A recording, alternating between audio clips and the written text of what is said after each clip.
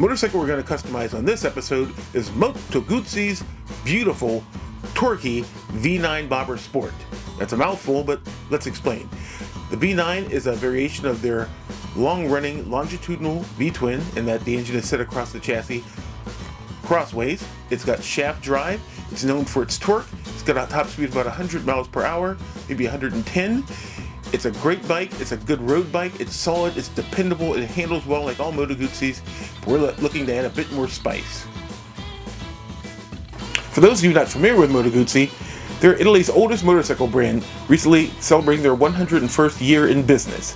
They've always made shaft drive bikes. They were a powerhouse in racing from the 1930s through the 1960s. They came out with a bike called the Le Mans in the 1970s, which changed everything. It was a factory cafe racer, nice handling bike, just enough power, and it handled beautifully.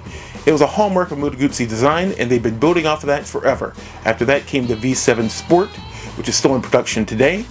They've upgraded things this year with their first 8-valve motorcycle called the Mandello, named after where it was built. Mandello dell'Ario is the town on Lake Como where Moto Guzzi's factory rests, and it's a beautiful place with twisty roads, which is just perfect for test riding these wonderful Italian motorcycles. The V9 Bobber Sport, it developed from the long line of V7s, which were, same thing, longitudinal V-twins of about 700 cc's. This one pumps up to about 860 cc's, so it has about 60 horsepower from stock. It's a beautiful looking bike. People always compliment the unusual looking gas tank that's been likened to a shape of a flying saucer. It's got slightly longer forks than usual to give it a sort of a bobber stance, hence the oversized balloon tires. Also comes back from the bobber movement back in the 1940s and 50s, which precluded choppers, which followed.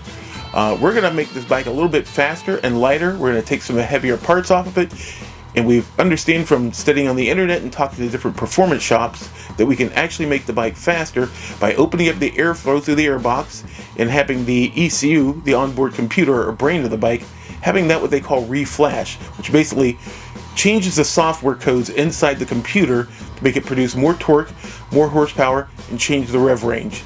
It's a tall order, but we can do it. We've got a good team.